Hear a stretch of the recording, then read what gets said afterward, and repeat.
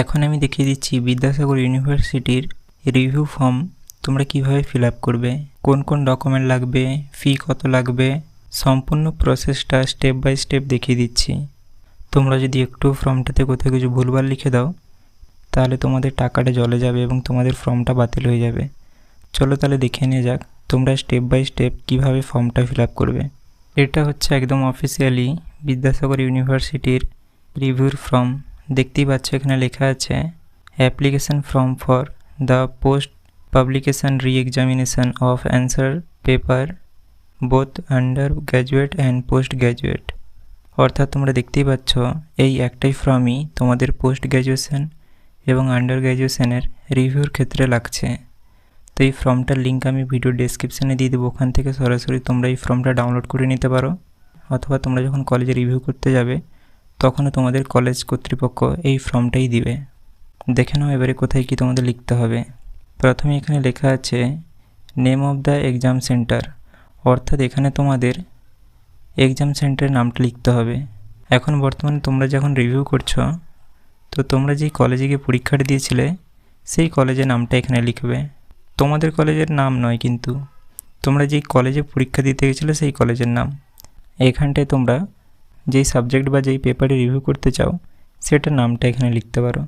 তোমরা জানো রিভিউ তোমরা দুটো সাবজেক্টের বেশি করতে পারবে না, তো তোমরা যদি একটা সাবজেক্ট করো তো তার নাম এখানে লিখে দিতে পারছো, এবং তোমাদের যদি দুটো সাবজেক্ট করতে হয় তো তোমরা নিচেরটাতেও লিখতে পারছো একটা সাবজেক্টের নাম। এখানে তোমাদের সেমিস্টারটা লিখে দিতে হবে, ধরো বিএ থার্ড সেমিস্টার কিংবা ধরো বিএ ফার্স্ট সেমিস্টার, বা তোমাদের যাদের যেমনটা হবে তোমরা এখানে সেটা লিখে নেবে। এবারে তোমাদের এখানে পরীক্ষাটা কোন মাসে এবং কোন বছর হয়েছিল সেটা লিখতে হবে। এই হেল্ডের পরে তোমাকে লিখতে হবে মান্থ, ধরো ডিসেম্বর বা জানুয়ারি বা জুলাই, এবং 2025-26 কততে। এবার এখানে তোমাকে লিখতে হবে তুমি কত টাকা ফি পেমেন্ট করেছো, অর্থাৎ যদি একটা সাবজেক্টে হয় 115 টাকা, কিংবা ধরো দুটো সাবজেক্টে যদি হয় প্রায় ধরো 200 টাকা, তো এখানে তোমরা যে যত টাকা পে করবে এখানে সেই অ্যামাউন্টটা লিখতে হবে, এবং এখানে চালান নম্বরটা লিখতে হবে। তোমাদেরকে কলেজে মূলত অনলাইনে টাকাটা দিতে হয়, তো সেখানেই ওই পেমেন্ট স্লিপটা যে হয় ওই পেমেন্ট স্লিপেই দেখবে অনেক কিছু লেখা থাকে, যেমন ধরো ট্রানজ্যাকশান নম্বর, চালান নম্বর, যাবতীয় এমন কিছু। তো ওখান থেকে তোমাদের চালান নম্বরটা বের করতে হবে এবং ওই চালান নম্বরটা এই ঘরটাতে লিখে দিতে হবে, এবং তোমরা এখানে চালান জমা দেওয়ার ডেটটা লিখে দিবে। ধরো তোমরা যেই ডেটে টাকাটা পে করছো সেই ডেটটা, এবং এখানটায় তোমরা তোমাদের পুরো নামটা লিখে দিবে, এবং এখানে তোমরা পরীক্ষার নাম সাথে ইয়ারটা লিখে দিবে, এবং এখানে তোমরা তোমাদের রোলটা এবং এখানে তোমাদের নম্বরটা দিয়ে দিবে। এগুলো তোমাদের অ্যাডমিট কার্ডে থাকবে, সেটা ফার্স্ট সেমিস্টারে হোক কিংবা থার্ড সেমিস্টারে হোক কিংবা অন্যান্য তোমরা যেই সেমিস্টারে পড়ছো সেই সেমিস্টারের। এবং এখানে তোমরা কটা পেপারে রিভিউ করছো সেই পেপারগুলো এখানে লিখে দিবে। এখানে মূলত 4টা আছে, কিন্তু তোমরা জানো দুটো পেপারে বেশি এখানে করা যাবে না, তো তোমরা এখানে খুব সুন্দর করে লিখে দিবে। তো আমি তো বলবো তোমরা তোমাদের সাবজেক্টটা ভালো করে দেখে নেবে এবং তার সম্পূর্ণ নামটা লিখে দেওয়ার।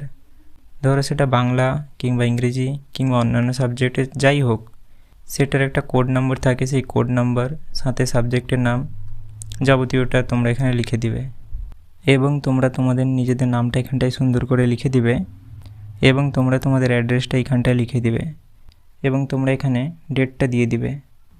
দেখে নাও এখানে এই পয়েন্টে কী বলা হয়েছে, তোমরা টাকা আর কোনোভাবেই ফেরত পাবে না।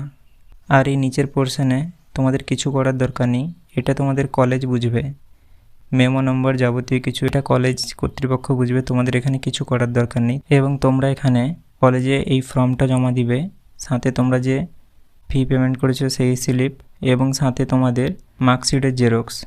তো এই 2-3টা জিনিস লাগবে, এতেই হবে। আরও যদি তোমাদের কলেজ কিছু চেয়ে থাকে তাহলে তোমরা সেটা দিতে পারো। তোমাদের ভিডিওটা কোথাও যদি কিছু বুঝতে অসুবিধা হয়ে থাকে সেটা তোমরা আমাকে কমেন্টে জানাতে ভুলবে না। পুরো ভিডিওটা দেখার জন্য তোমাদের অনেক অনেক ধন্যবাদ।